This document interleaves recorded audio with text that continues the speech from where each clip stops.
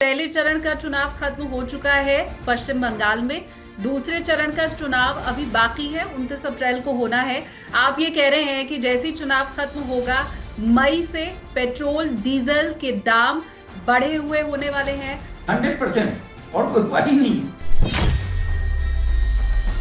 चौथी के बाद जो ड्रॉप आना चाहिए था सर, वो पांचवी अर्थव्यवस्था का आना चाहिए था, पर ये इतना भीषण ड्रॉप हुआ है कि वो छठी अर्थव्यवस्था बन चुकी है। भारत देश की अर्थव्यवस्था अभी और बुरे दौर से गुजरने वाली है क्या? एक महामूर्ख जो है राष्ट्रपति मिला है अमेरिका को, उस मूर्ख राष्ट्रपति के कारण जो है पूरी दुनिया सफर करेगी। ये दोनों चीज मिलकर हमारे करेंसी को कमजोर कर रहा है, जिसके कारण हम स्लिप होकर नीचे गए हैं। सही भविष्य किसका दिखाई दे रहा है जहां निवेशक पैसा लगा सकते हैं? क्या वो सोना हो, क्या वो चांदी हो, क्या वो शेयर मार्केट हो? आपको कैसे मालूम चलता है बॉटम क्या है मार्केट का? मुझे वो राज जानना है। हम सब जानते हैं कि इंडस्ट्रियल यूज इसका कितना ज्यादा है। हम सबको मालूम है कि जितनी खपत है उससे तो सप्लाई इसकी कमी है, बावजूद उसके हम वो तेजी नहीं देख पा रहे हैं। क्या चल रहा है चांदी के मार्केट्स में? चाइना में बहुत जबरदस्त मांग है, चाइना में सिल्वर बढ़ रहा है, लेकिन रेट जो है उसका एज इट इज है, लेकिन कॉमेक्स में घट रहा है और रेट में कमी देखी जा रही है। तो उससे साफ साफ हो रहा है कि कहीं ना कहीं कोई मैनिपुलेशन हो रहा है बहुत तगड़े ढंग से। चाइना लगातार अब चांदी में अपने निवेश को बढ़ा रहा है, तो यही काम क्या हमें भी अब आगे करना है क्या? इसका मतलब क्या हम ये समझें कि चांदी का मार्केट आगे भी बहुत वोलेटाइल ही रहने वाला है? चांदी का मार्केट तो वोलेटाइल रहेगा इन फ्यूचर कि चांदी को कहां जाता हुआ आप देख पा रहे हैं? कमजोर दिल वाले चांदी में निवेश ना करें। हमारे पास चांदी का क्या कोई विकल्प आ पाएगा? क्या इम्पैक्ट आप इस युद्ध का आगे देख पा रहे हैं सोने पर? तो सर क्या है सपोर्ट लेवल गोल्ड का, क्या है रेजिस्टेंस लेवल? गोल्ड का जो सपोर्ट लेवल है वो 4630 जो है वो बड़ा सपोर्ट लेवल है। तो अगर गिरेगा भी मान लीजिए तो वो तुरंत बाउंस बैक कर जाएगा। हेलो एवरीवन, आप देखना शुरू कर चुके हैं पैसा बोलता है विद एसकेटी। एसकेटी यानी कि मैं शालिनी कपूर तिवारी। मार्केट की स्थिति अभी भी बहुत डामाडोल वाली है। एक तरफा न सोने का मार्केट ज़्यादा दिखाई दे रहा है, न चांदी का, ना शेयर मार्केट। अब अभी जो ट्रम्प साहब सोच रहे हैं वो तो कोई नहीं जानता, लेकिन मार्केट में आगे क्या होने वाला है ये समझने के लिए आज हमने बात की है इन्वेस्टिंग माइंड्स के फाउंडर उत्पल चौधरी सर के साथ। मैंने सोने और चांदी दोनों का नेक्स्ट लेवल क्या हो सकता है ये उत्पल सर से पूछा है। हमने रेजिस्टेंस लेवल और support level gold silver market का क्या रहने वाला है ये उनसे समझा है। क्या खेल चल रहा है चांदी के बाजार में, क्या खेल चल रहा है सोने के बाजार में, ये भी समझा है। बड़ी बात यह है कि भारत की अर्थव्यवस्था जिसके ऊपर लगातार चोट पड़ती चली जा रही है इस युद्ध के चलते, क्या आगे अभी वो और डामाडोल रहने वाली है या थोड़ा सुधार भारतीय अर्थव्यवस्था में हम सबको मिलेगा? सारी चीजें डिस्कस हुई हैं, ध्यान से देखिएगा। अगर आपको पॉडकास्ट पसंद आए तो प्लीज एक लाइक कर दीजिएगा और चैनल को सब्सक्राइब करना मत भूलिएगा। चलिए आगे बढ़ते हैं, मिलवाती हूँ आपसे उत्पल चौधरी सर को। नमस्कार सर, बहुत स्वागत है आपका। नमस्कार सर, शुरुआत तो सोने चांदी के साथ ही मैं करती हूँ। चांदी के साथ अगर शुरुआत करें, अब ऐसा लग रहा है कि एक रेंज में आकर के चांदी अटक गई है। हम सब जानते हैं कि इंडस्ट्रियल यूज इसका कितना ज्यादा है। हम सबको मालूम है कि जितनी खपत है उससे तो सप्लाई इसकी कमी है, बावजूद उसके हम वो तेजी नहीं देख पा रहे हैं। क्या चल रहा है चांदी के मार्केट्स में? देखिए, सिल्वर के मार्केट में ये कहा गया था जब शुरुआत में जब आया था कि सिल्वर इंस्टीट्यूट की रिपोर्ट जो आई थी कि 1444 मैट्रिक टन जो है कमी रहेगा 2026 में। अगर पिछले ये लगातार छठा साल होगा, अगर आप पिछले 5 साल को देखें तो वो कमी जो है और साल की तुलना में कम रहेगा, क्योंकि उसमें ये बात कही गई थी कि सोलर पैनल में प्रोडक्शन में जो इसका इस्तेमाल कम हो रहा है सिल्वर का, क्योंकि उसने नया टेक्नोलॉजी ईजाद कर दिया प्लस महंगा हो गया था। लेकिन ये जो ऑयल शॉक हुआ जिस तरीके से, उसके बाद से जो रिन्यूएबल एनर्जी पे जो है चाइना का काम बहुत तेज हो गया है, खासकर सोलर पैनल पे तेल संकट को देखते हुए जो उसका हथियार है। तो इस कारण जो सोलर पैनल के लिए जो सिल्वर का डिमांड जो कम होने वाला था वो अब नहीं कम होगा, यानी वहां जैसी की स्थिति पहले थी उसी तरह का स्थिति हो जाएगा। तो जो डेफिसिट था जो 1400 के आसपास वो बढ़ सकता है। जो सिल्वर इंस्टीट्यूट के रिपोर्ट में आया नहीं, तो वो आगे हो सकता है। दूसरी बात कि अगर हम सिल्वर को देखें, अगर जनवरी में ही देखें, आज से 3 महीने पहले, कॉमेक्स में जो है वो लगभग जो है 19,000 मैट्रिक टन के आसपास सिल्वर था, और अभी 9,900 के आसपास है। तो सिल्वर ऑलमोस्ट हाफ हो चुका है। लेकिन सिल्वर के रेट में जो है फ्लक्चुएशन नहीं है। सिल्वर जो है वो गिरा, 64 तक आया, 64 के बाद से जब बाउंस बैक किया उसने, 71 72 को उसने सपोर्ट लाइन बनाया। अब ये है कि जो 15 डे मूविंग एवरेज है उसका 78 जो है, वो 78 के आसपास ही हिचको ले खा रहा है। कभी 77 चला जाता है, कभी 80 चला जाता है। तो इस रेंज में वो हिचको ले हो रहा है। अगर आप सिल्वर को देखें कॉमिक्स में, तो इस बीच इस मंथ में जो बड़ी जबरदस्त डिलीवरी हुई है, क्योंकि 89 मैट्रिक टन एक बार हुआ, एक बार 76, मतलब 60 मैट्रिक टन से ज्यादा जो है 4 से 5 दफे खरीदारी हो गई है।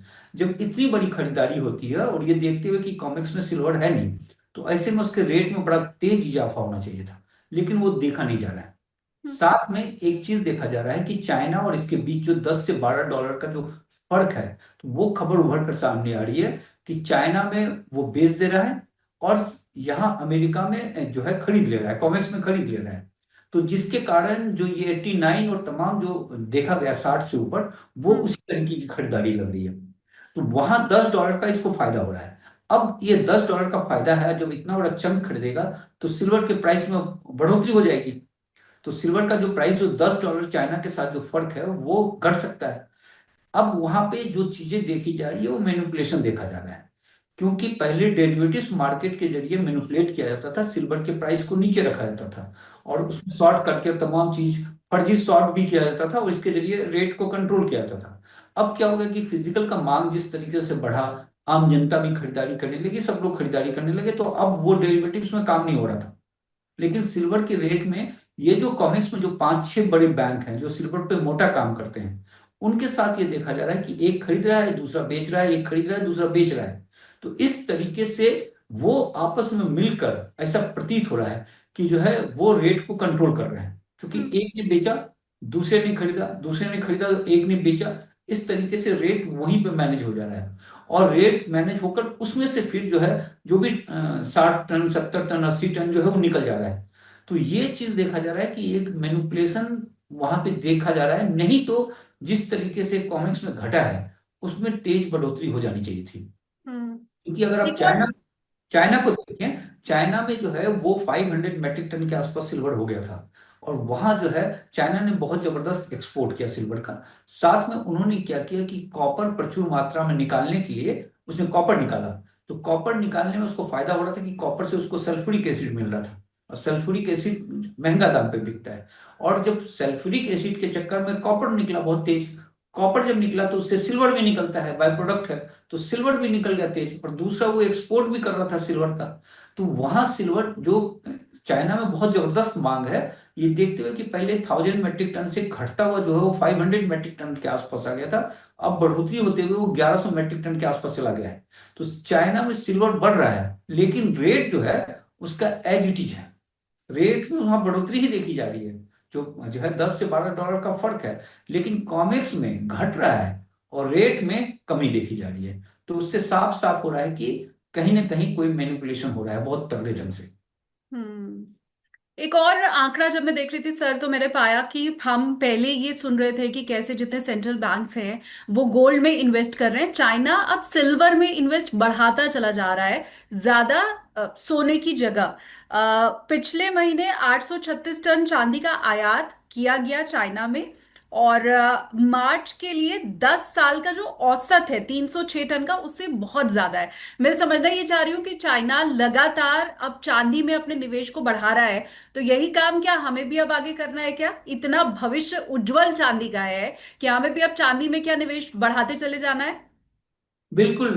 चांदी में चाइना की खरीदारी बड़ी जबरदस्त हुई, क्योंकि चाइना का डिमांड बहुत जबरदस्त है सिल्वर को लेकर। तो इस चीज को भागते हुए ये सब काफी फॉरवर्ड लुकिंग होते हैं, काफी आगे की चीजों को देखते हैं, तो उस हिसाब से उसकी खरीदारी हुई है। जो मार्च में जो हुआ है उसका एवरेज जो 306 था उससे ऊपर बढ़ा है ये तो है ही है। साथ में जनवरी और फरवरी में भी खरीदारी हुई है वहां पे, तो वो तो फैक्ट है। और साथ में ये जो एक्सपोर्ट वाला जो है वो चंक है दूसरा, कि चाइना जो है सिल्वर भी निकालता है। चाइना में हर साल जो है वो 4000 मैट्रिक टन के आसपास सिल्वर निकलता है, तो वो सिल्वर का भी प्रोडक्शन हो रहा है उसके यहाँ। तो दोनों बातें हैं। तो और चाइना जो है सिल्वर को लेकर जो भी आगे होगा उसका फ्यूचर प्लान जो भी रहेगा, ये लोग काफी आगे तक का सोचते हैं, लेकिन वो बुलिश है। तो उस बुलिशनेस से ये लग रहा है, और बाकी जगह जो शॉर्ट हो रहा है, जो पेपर ट्रेडिंग हो रहा था, पेपर ट्रेडिंग तो अब थक चुका है, अब नहीं हो पा रहा है उस तरीके से, लेकिन ये जो मैनिपुलेशन जो अभी हम लोगों ने बात किया, ये सब भी आकर टूटेगा। कि लेकिन सिल्वर में यही है कि प्रेशर जोन जो है, जो एक चीज देखा जा रहा था कि यहाँ से रेट बाउंस हो जाना चाहिए था, वो रेट बाउंस नहीं हो पा रहा है। तो अब लगता है कि इसमें भी 5-6 महीने के बाद जैसे डेरिवेटिव टूटा है, उसी तरीके से ये वाला भी मार्केट टूटेगा। तो फिर वो रियल टर्म में उसका जो रियल प्राइस होना चाहिए उस पर वो आएगा। तो इसका मतलब क्या हम ये समझें कि चांदी का मार्केट आगे भी बहुत वॉलेटाइल ही रहने वाला है, कमजोर दिल वाले चांदी में निवेश ना करें? नहीं, चांदी का मार्केट तो वोलेटाइल रहेगा ही रहेगा। चांदी में देखिए उसमें क्या होता है कि गोल्ड सिल्वर रेशियो के हिसाब से आपको ना करना चाहिए, जैसे कि 20% आप रखते हैं अपने पोर्टफोलियो का, उससे ज्यादा तो बिल्कुल नहीं रखना चाहिए। और गोल्ड सिल्वर रेशियो के हिसाब से उसको ऊपर नीचे करना चाहिए। जैसे कि मान लीजिए कि 50-50 है अगर हम्म। गोल्ड सिल्वर रेशियो, तो वो 50 आप जो है 10% गोल्ड में रखा, 10% सिल्वर में रखा, और उसके हिसाब से जैसे घटता चला गया, गोल्ड का कंपोनेंट बढ़ता जाएगा, सिल्वर का घटता जाएगा। मान लीजिए अभी 1:60 है, 1:60 है, तो 12% गोल्ड में है, 8% सिल्वर पे है। अब मान लीजिए कि सपोज कि वो बढ़कर चला जाता है आगे, जो भी बढ़ता जाता है, तो वो तो उस हिसाब से आपको मैनेज करना पड़ेगा। जो मैंने 12% सिल्वर और 8% गोल्ड उल्टा बोल दिया मैंने। तो जैसे ही आप मान लीजिए कि 70 पे चला जाएगा, तो 14% सिल्वर, 6% गोल्ड। फिर वो नीचे खिसक जाएगा, अगर मान लीजिए 14 पे आ गया, 40 पे आ गया, तो वहां गोल्ड का कंपोनेंट बढ़ जाएगा, सिल्वर का कंपोनेंट घट जाएगा। तो आपको उसी हिसाब से आपको अपने पोर्टफोलियो को जो है फ्लक्चुएट करते रहना है। यही एक तरीका है, और 20% से ज्यादा नहीं रखना है। अब मैं आपसे बात करूं और सपोर्ट लेवल ना पूछूं तो ये बड़ी नाइंसाफी हो जाएगी सर। आप आगे आप चांदी कहाँ जाती हुई देख रहे हैं ये जरूर समझूंगी, उसके पहले दर्शकों को डिस्क्लेमर दे दूं, ये अनुमान भर है, किसी भी तरह की निवेश से जुड़ी हुई जानकारी उत्पल सर की तरफ से या मेरी तरफ से आपको नहीं दी जा रही है। आपके जो वित्तीय सलाहकार है उनसे पूछ के ही किसी भी तरह के आप निवेश का काम आगे बढ़ाएं। अब सर मैंने तो डिस्क्लेमर दे दिया है, अब आप मुझे बताएं कि सपोर्ट लेवल चांदी का आप क्या देख पा रहे हैं, और इन फ्यूचर मैं बिल्कुल एक दो हफ्ते की नहीं पर आगे 5-6 महीने का आपसे समझना चाहती हूँ कि चांदी को कहाँ जाता हुआ आप देख पा रहे हैं। ठीक है, चांदी का जो सबसे बड़ा सपोर्ट लेवल है वो 78 है, जो 50 डे मूविंग एवरेज है। और दूसरा जो है वो 60 है, जो 200 डे मूविंग एवरेज है। मतलब 60 से नीचे भी जाता हुआ दिखता नहीं है। हम्म। 78 जो है उसको सपोर्ट लाइन दे रहा है, लेकिन 78 के नीचे जो 72 है वो एक बहुत बड़ा सपोर्ट लाइन हो गया है। तो अगर इसके ऊपर 78 के ऊपर अगर जाता है, तो 80 जो है बड़ा रेजिस्टेंस है। अगर 80 को क्रॉस कर लेता है, और 80 में कंसोलिडेट करना पड़ेगा। जैसे आप देखिएगा कि 70 के आसपास सिल्वर काफी दिनों तक कंसोलिडेट करने के बाद उसने ऊपर का रुख लिया है। तो ये चीज काफी पॉजिटिव होता है, अगर आप एक रेट पे काफी दिनों तक टिके रहते हैं और उस वाल को तोड़ने की कोशिश करते हैं। तो ये 80 के वाल पे भी तोड़ने की कोशिश किया था, अभी 81 82 गया था, लेकिन फिर नीचे आ गया था बिकवाली। तो अगर 80 को तोड़ देता है, तो ये 84 वाले रिजीम पे जाएगा। और 84 के बाद जो कहानी इसकी शुरू होती है, 84 के बाद अगर 84 को ये ठीक से अपना सपोर्ट लाइन बना लेता है, तो फिर जो 88 और 93 वाली जो बात है, वो वो चैप्टर खुल जाएगा। लेकिन इस पे अभी इसको बड़ा जबरदस्त है। पहला है कि इसको 78 को अपने को बचाए रखना है, जो 50 डे मूविंग एवरेज है। और वहां पे वो अभी अभी जो है उस जगह पे लड़ रहा है, वो 78 की लड़ाई लड़ रहा है। 78 के बाद फिर 80 की कहानी शुरू होगी, और 80 से फिर 84 के बाद तस्वीर बदलेगी। लेकिन कुल मिलाकर सिल्वर का जो सिचुएशन है इसमें देखा जा रहा है, देखिए डिमांड में कोई कमी नहीं है, डिमांड है उसका। छठे साल का लगातार डेफिसिट है उसका, और डेफिसिट बढ़ेगा ही बढ़ेगा, नंबर एक। दूसरी बात की कॉमेक्स के पास सिल्वर है नहीं। तीसरी बात की जो एक रिपोर्ट देख रहे थे कि जो माइन से जो निकल रहा है सिल्वर, उसमें भी प्रोडक्शन में कमी हुई है। तो वो भी एक फैक्टर है। तो ये कई सारे फैक्टर्स हैं इसमें। तो इसको लेकर मुझे लगता है कि आने वाले समय में उसमें मजबूती आनी चाहिए, जो है उसमें वक्त लगता है। 1 महीने 2 महीने में नहीं होता है, 5 महीने 6 महीने भी लग जाते हैं इन चीजों को ठीक होने में। हम्म। आपने कहा सर लगातार छठा साल है जब हम सिल्वर में डेफिसिट देख रहे हैं, आगे के लिए फिर प्लानिंग क्या है? कुछ आपके पास अंदर की खबर है क्या? कोई विकल्प तैयार किया जा रहा है और बहुत जल्द हमारे पास चांदी का क्या कोई विकल्प आ पाएगा? नहीं नहीं नहीं, सब तो होगा ही नहीं, अब वो कोई विकल्प है नहीं। और इस तरह भी अभी कोई रेट तो बहुत ज्यादा हुआ नहीं है, अगर आप एक तरीके से देखें तो जिस जगह पे हिचकोले खा रहा है वो बहुत महंगा नहीं हुआ, 120 पे महंगा हो गया था उस हम्म। समय। तो उसमें टेक्नोलॉजी वगैरह इजाद किया था, जो भी सोलर पैनल को लेकर। लेकिन अभी कहानी जो है वहीं पे लौट गई है जहां पहले था वो। हम्म। ठीक है, अब चांदी के बाद हम सोने की भी बात कर लें सर। फिर वही पुराना सवाल कि जब युद्ध का समय होता है तो सोने को हमने हमेशा ऊपर जाते हुए देखा है। अब ये तो युद्ध इतने हिचकोले खा चुका है और इतनी बार ट्रम्प साहब की अलग अलग बयानबाजी सामने आ चुकी है। कई बार तो अतिशयोक्ति ये नहीं होगी पर लोगों को लगा होगा जरूर कि अब तो सब खत्म है। अब तो ट्रम्प साहब ने ऐसा बोल दिया है कि कोई बचा नहीं सकता है। ईरान तो खैर जहां जाएगा वहां जाएगा, हमारे देश का भी बहुत भला होने नहीं वाला है। लेकिन ऐसी परिस्थिति के बाद भी सोने में वो उड़ान हमने नहीं देखी जो युद्ध के वक्त में अमूमन देखी जाती है। अभी आगे सोने का क्या रहने वाला है और क्या इम्पैक्ट आप इस युद्ध का आगे देख पा रहे हैं सोने पर? देखिए गोल्ड पे जो है, गोल्ड पे जो प्रेशर पड़ रहा है वो डॉलर के कारण पड़ रहा है, और बहुत ज्यादा पड़ गया। ऐसा लग रहा था कि एक एक स्टेज के बाद गोल्ड में जो है इम्प्रूवमेंट दिखना चाहिए। लेकिन तेल संकट जिस तरीके से उभरा है, और उसको लेकर डॉलर का मांग बहुत जबरदस्त हो गया है। क्योंकि तेल संकट हम देख रहे थे जब इसके पहले भी, जब 1973 में हुआ था, 79 में हुआ था और 91 में हुआ था, उससे ज्यादा गंभीर हो गया है इसमें। क्योंकि अगर आप देखें 1973 में 4.5 मिलियन बैरल तेल जो है वो घट रहा था, जो है पर डे जो है, और उसके बाद 1979 में 5.6 और 1991 में 4.3। इस समय जो है 12 मिलियन बैरल तेल जो है वो स्ट्रेट ऑफ हॉर्मुज के कारण आ नहीं पा रहा है। तो तेल का संकट है। अब तेल का संकट जब हो गया तो तेल के संकट के कारण क्या हो गया कि रसिया अपना तेल बेचने लगा, और रसिया ने अभी 250 मिलियन बैरल तेल जो है उसने बेच दिया है। तो रसिया अपनी करेंसी में पैसा ले रहा है, रूबल में ले रहा है। तो ये जो पैसे, जो तेल बिकते, जो गल्फ से जो तेल बिकता, तो इसमें डॉलर आता है। डॉलर, दुबई जो है वो डिस्ट्रीब्यूशन केंद्र है इसका डॉलर का, कि आप पेट्रो डॉलर सिस्टम की, जो पैसे आपने तेल लिया, आपने उसको डॉलर दिया, और डॉलर फिर उस तरीके से मार्केट में सर्कुलेट हुआ। अब क्या हो गया कि जो तेल उस तरीके से नहीं बिक रहा है, तो डॉलर का सर्कुलेशन कम हो गया दुबई में। और दूसरी बात ये हो गई, एक बड़ा डिस्ट्रीब्यूशन केंद्र था दुबई, जहां पे कमी देखी जा रही है डॉलर का। दूसरा हो रहा था कि जो लोग टूरिज्म करने के लिए जा रहे थे, उससे भी डॉलर आ रहा था। और तीसरा था कि जो फाइनेंस कंपनी है वो, तब जो जब दो पिलर हिला तो फाइनेंस कंपनी भी अपना पैसा निकालने लगी, तो डॉलर का शॉर्टेज हो गया। तो यूएई ने कहा कि भाई आप हमें डॉलर प्रोवाइड कीजिए, नहीं तो हम लोकल करेंसी में या जो दूसरी करेंसी में, उसमें हम ट्रेड करेंगे जो हमें, क्योंकि डॉलर हमें चाहिए। अब डॉलर का क्या होता है कि डॉलर इसलिए चाहिए होता है कि अमेरिका से डॉलर लेता है और अमेरिका उसकी करेंसी लेता है। जैसे मान लीजिए भारत अगर डॉलर लेगा अमेरिका से, तो अमेरिका हमारा करेंसी लेगा उसके बदले में। तो उससे क्या होता है कि हमारा करेंसी मजबूत रहता है, जो है उसमें एक मजबूती होती है। तो उसके लिए डॉलर का डिमांड होता है। तो डॉलर का जो शॉर्टेज हो गया है उसके कारण अब उसको जुगाड़ करने के लिए और अपनी करेंसी को बचाए रखने के लिए, जो गोल्ड सेंट्रल बैंक के पास था, उस गोल्ड की का जो है सेलिंग हुआ, गोल्ड बेचा गया जो है। तो उसमें गोल्ड जो बेचा गया तो गोल्ड पे प्रेशर जोन आया, क्योंकि उसको डॉलर चाहिए था।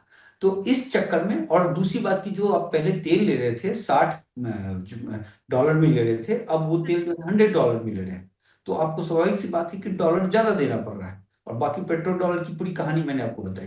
तो इसके कारण एक प्रेशर जोन आया, और उसके कारण गोल्ड में जो है प्रेशर देखा जा रहा है। तो ये जो भी होगा, ये जब तक ये सिचुएशन चलेगा तब तक गोल्ड में एक प्रेशर देखा जाएगा। लेकिन उसके बाद से वहां जो है एक मजबूती आनी चाहिए, क्योंकि जो एलियट वेव्स है 1 to 5, तो 1 में गोल्ड मजबूत था, और उसके वजह से अभी 2 से 4 के बीच में उसमें करेक्शन जोन देखा जा रहा है। और फिर 5 जब आएगा तो वो जो 5600 जो ऑल टाइम हाई बनाया था उसको क्रॉस कर सकता है, ऐसा प्रतीत हो रहा है। तो आने वाले समय में गोल्ड मजबूत रहेगा। और दूसरी बात की, जो इन्फ्लेशन जो है ये तो डॉलर के कारण बच रहा है, और डॉलर इंडेक्स भी बीच में 100 के ऊपर चला गया था, अभी 98.63 के आसपास है। थोड़ी सी कमजोरी आई जिसके कारण गोल्ड में रहा था। जब ऊपर गया था तो गोल्ड खिसक गया था, नीचे आ गया था, दाम आ गया था। तो अभी जो है रिसेशन का जो खतरा मंडराने लगा है पूरी तरीके से, क्योंकि यूरोप उसका जो है उसकी शुरुआत हुई यूरोप से। यूरोप में जो है जर्मनी का ग्रोथ जो है वो 50% कम कर दिया गया है। अभी हम देख रहे थे कि जो बाकी यूरोपियन कंट्री है वहां अनएम्प्लॉयमेंट रेट काफी तेज भाग रहा है।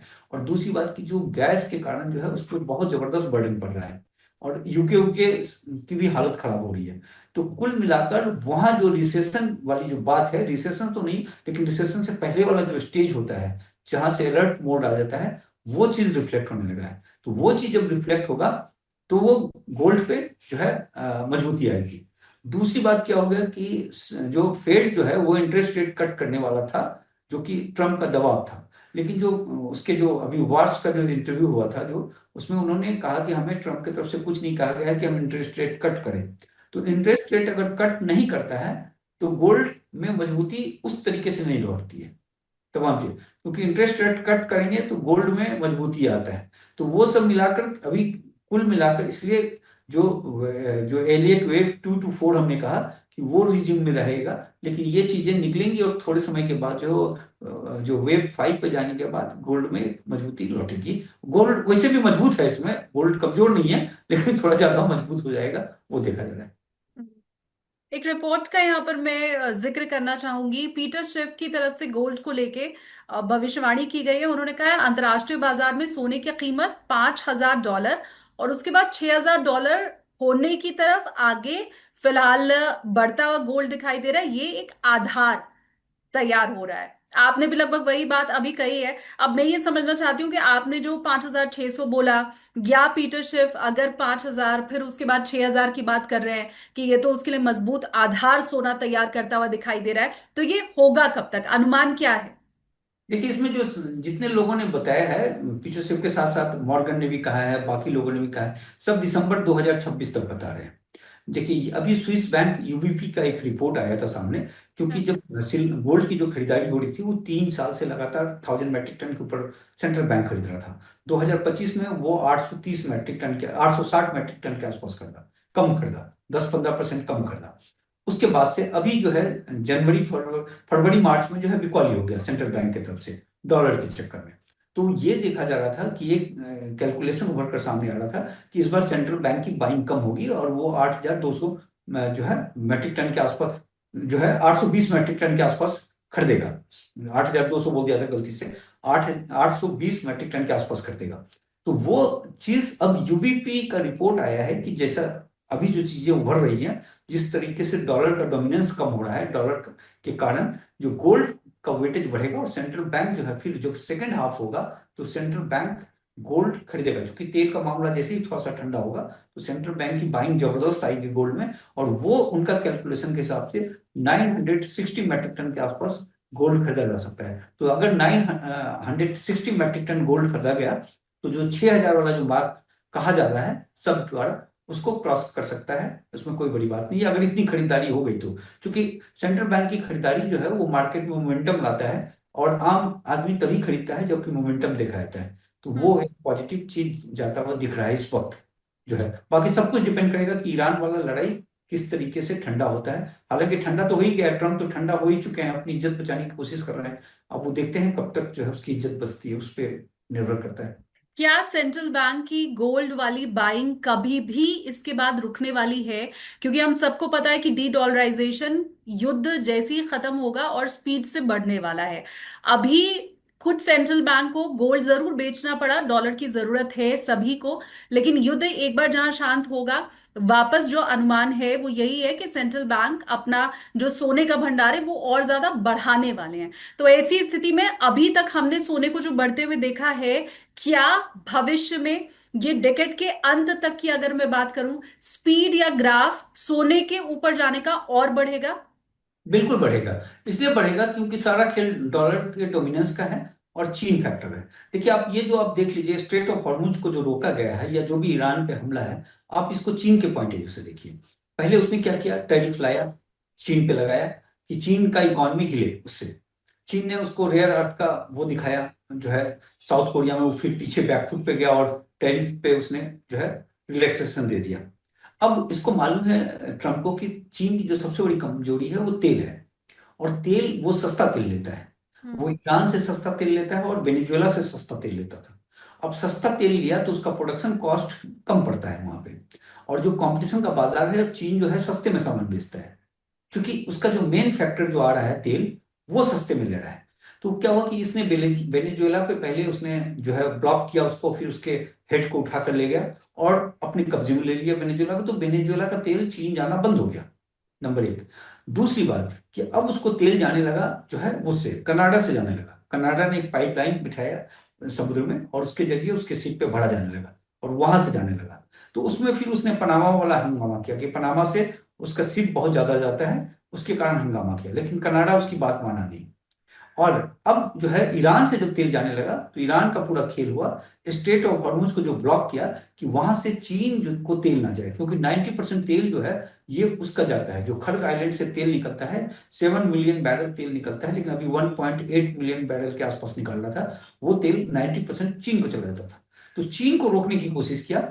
साथ में उसने चीन को कहा कि चीन अगर रुक जाएगा तो चीन आएगा तेल लेने अमेरिका के पास, क्योंकि उसके पास जो बड़ा सोर्स है वो WTI है, तो वो ब्रेंड है। तो उसके लिए उसको डॉलर सिस्टम पे आना पड़ेगा, यानी डॉलर प्रणाली पाएगा, और वो अभी युआन पे ले रहा है। तो चीन को जब दिया तो चीन की तरफ से फिर धमकी आई कि आप हमारे शिप को रोक कर दिखाइए, और शी जिनपिंग का भी बयान है, जबकि वो लोग कभी बोलते नहीं थे चाइना, लेकिन ये एक ऐसे नब्ज पे हाथ रखा था कि वो उभर कर सामने आया।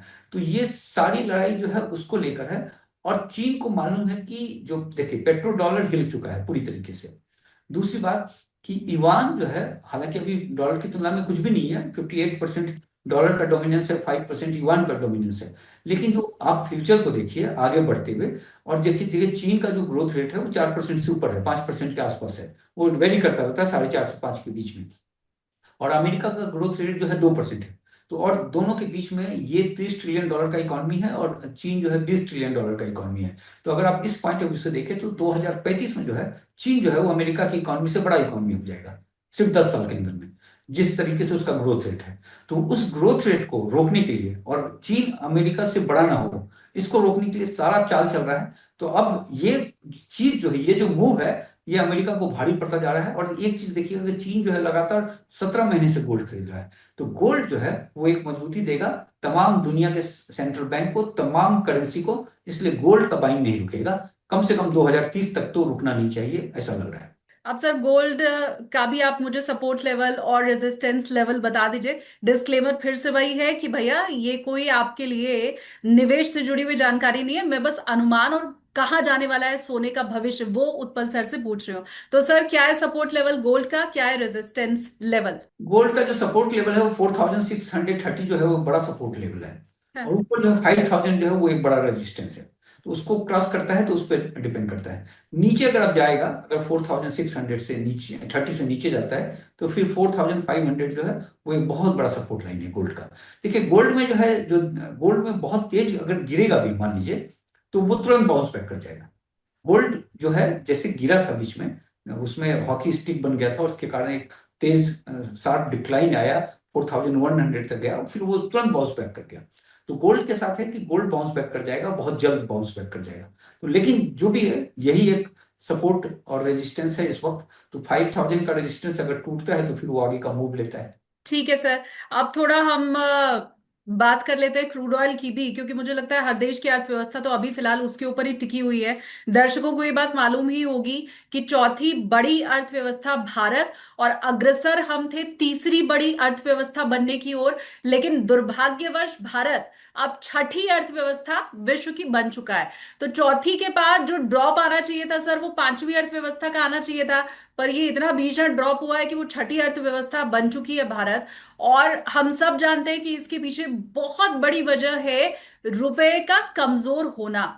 तो मुझे लगता है क्रूड ऑयल जिसके ऊपर दारोमदार हर देश की अर्थव्यवस्था का है, वो आगे आपको कहाँ जाता हुआ दिखाई दे रहा है। और ये लगातार ट्रम्प साहब के जो हॉर्मूज को लेकर के बयान है, अब तो वो कह रहे हैं हम दोगुना लगान वसूल करेंगे।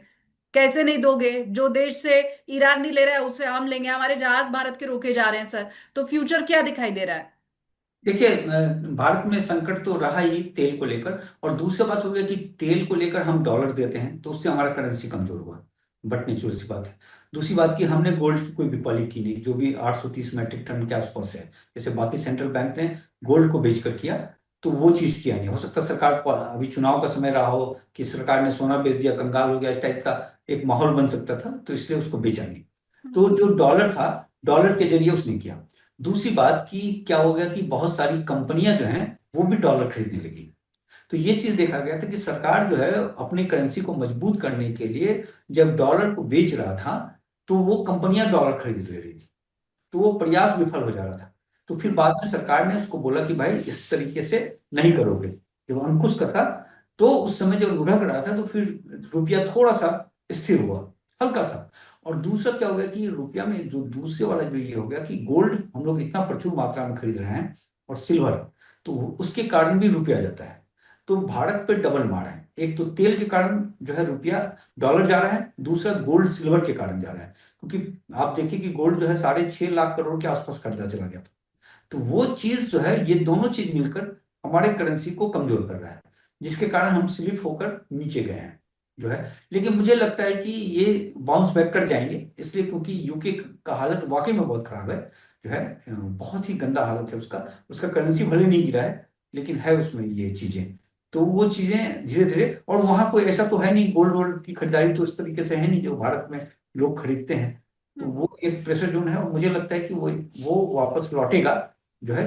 क्योंकि फंडामेंटल हमारा मजबूत है, और हमारे पास बहुत बड़ा जनसंख्या है, जिसके कारण बाउंस बैक करना चाहिए, ऐसा उम्मीद है। टाइम लगेगा, लेकिन हो सकता है 3 4 5 महीने 6 महीने के अंदर हम बाउंस बैक कर जाएं। मुझे ये भी आप समझाइए, क्योंकि आपने कहा कि इलेक्शन का टाइम है, लोगों तक ये मैसेज जाता कि अच्छा सरकार ने सोना बेच दिया है, तो इसका मतलब सरकार कंगाल हो गई है। क्या वाकई ऐसा ही होता है? अगर सेंट्रल बैंक की तरफ से बाइंग हो, सेलिंग हो गोल्ड की, सोना बेचा जाए सेंट्रल बैंक के द्वारा, सरकार के द्वारा, तो क्या इसका मतलब होता है सरकार कंगाल हो गई है? हाँ बिल्कुल, देखिए ऐसा है कि जो है ना, हमारे यहाँ सोना के साथ बड़ा जबरदस्त इमोशन जुड़ा हुआ है। जैसे मान लीजिए कि रसिया गोल्ड बेचा हम्म। बेचा या टर्की ने गोल्ड बेचा, 58 टन मैट्रिक टन गोल्ड बेच दिया, पोलैंड ने भी कहा कि हम गोल्ड बेच देंगे।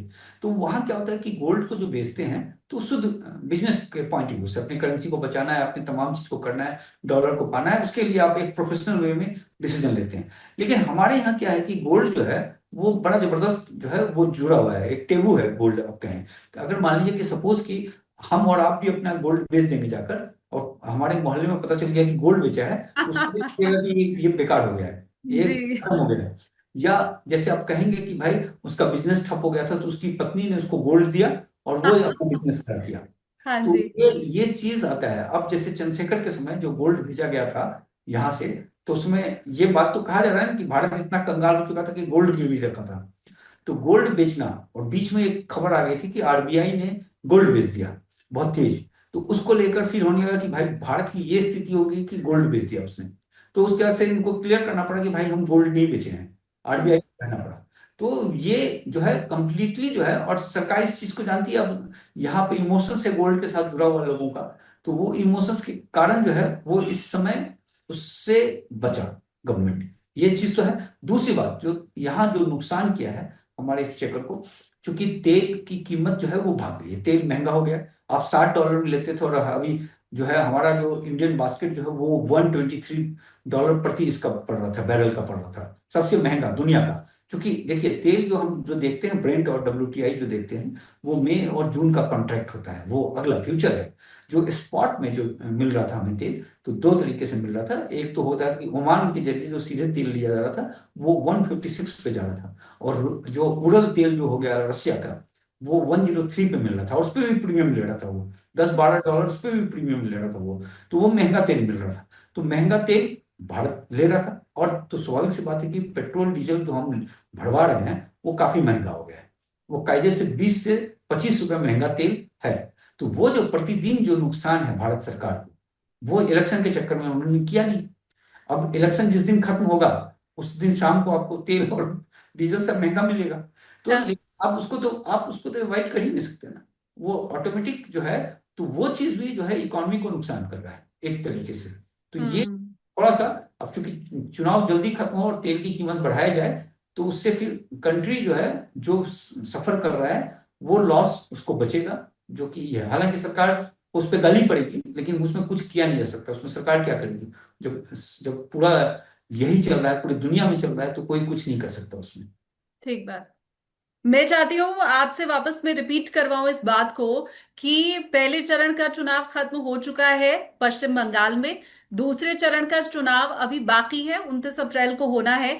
आप ये कह रहे हैं कि जैसे ही चुनाव खत्म होगा, मई से पेट्रोल डीजल के दाम बढ़े हुए होने वाले हैं। हम सबकी जेब के ऊपर असर आगे बढ़ने वाला है, सरकार बढ़ा देगी दाम, ये अनुमान है आपका? 100%, और कोई उपाय ही नहीं है। अब क्या बचेगा? अब सरकार जो है पिछले 1 महीने से, दो हाँ। महीने हो गए लड़ाई होते हुए, 2 महीने से जो नुकसान हुआ है वो जो है चला जाएगा, उसको तो बढ़ाना ही बढ़ाना है। नहीं तो इकोनॉमी हिल जाएगी। अब मूडी ने जो ग्रोथ रेट बताया है वो 6.8 था, उसको घटाकर 6% कर दिया है। वो तेल का इम्पैक्ट। फर्टिलाइजर महंगा हो गया है।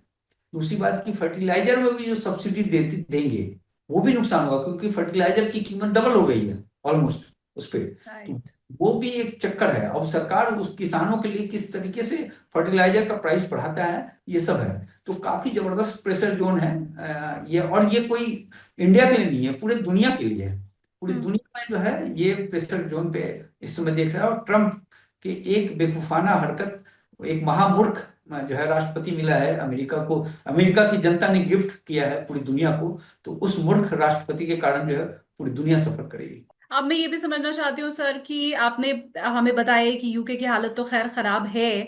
अब क्योंकि अभी तक पेट्रोल डीजल के बढ़े हुए जो दाम थे वो पास ऑन नहीं किए गए, जनता तक पहुंचाए नहीं गए, तो ये जो 2 महीने का नुकसान सरकार का है, नौकरियां जाती हुई हम ऑलरेडी देख रहे हैं, फर्टिलाइजर महंगा होगा, जो सब्सिडी गवर्नमेंट देगी वो भी हमारी अर्थव्यवस्था पर ही असर पड़ेगा। ये सारी बातें जो आपने बताई हैं, कुल मिलाकर क्या मैं मानूं छठी अर्थव्यवस्था भारत हो चुकी है, आगे और नुकसान होने वाला है, और देश की अर्थव्यवस्था अभी और बुरे दौर से गुजरने वाली है क्या?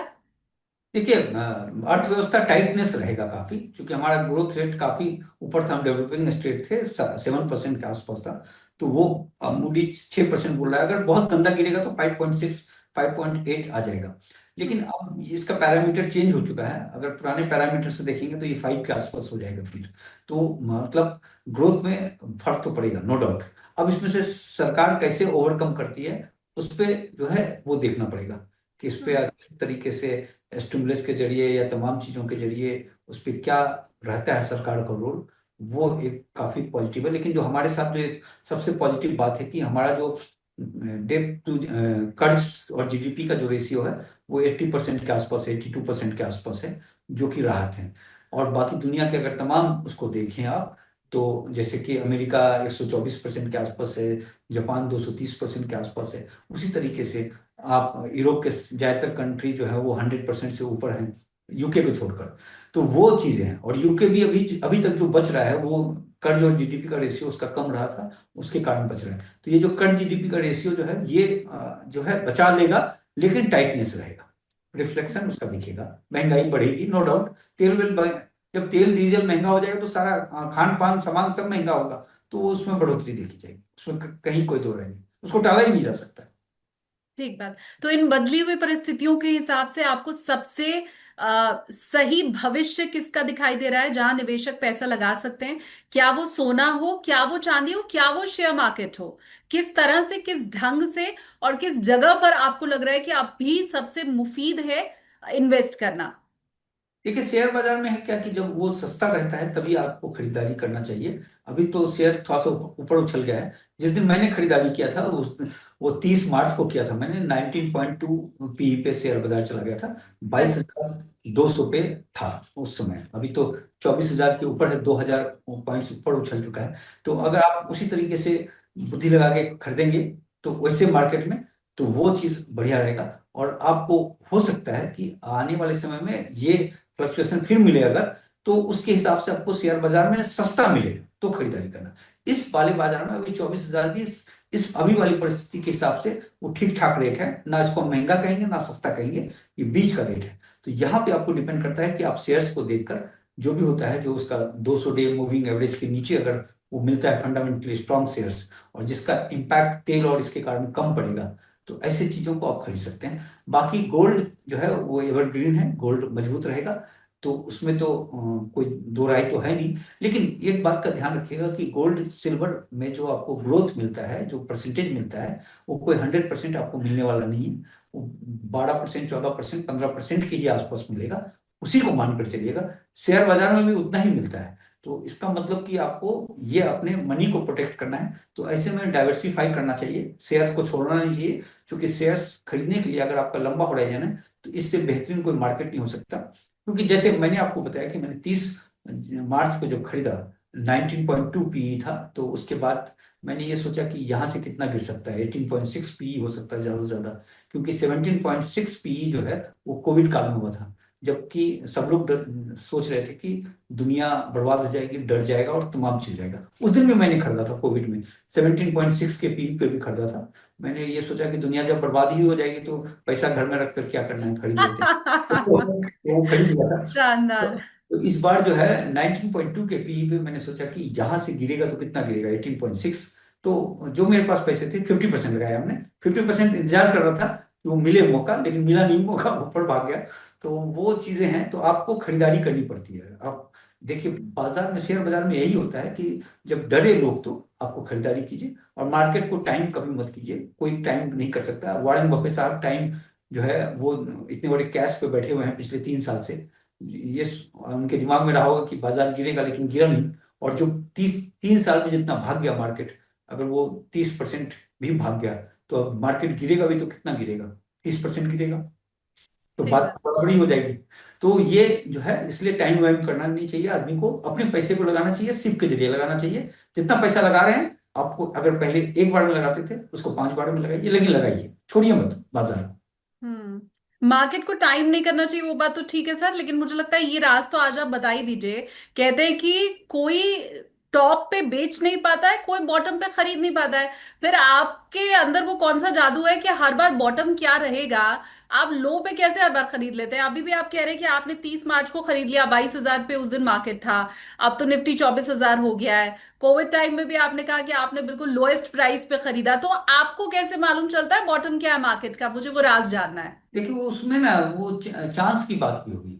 अब चूंकि हम रिस्क लेते हैं, मुझे लगा कि नीचे गिर चुका है तो कहाँ तक गिरेगा। तो हम्म। ये है। और सबसे बड़ी बात कि हमने 27 सितंबर या 24 सितंबर 2024 को मैंने शेयर बेचा था कि ये पीक आ गया है और यहाँ से नीचे गिरेगा। और उसके बाद से नीचे गिरना शुरू हुआ था, बहुत तेज गिरना शुरू हुआ था। तो वो भी एक चांस की बात है।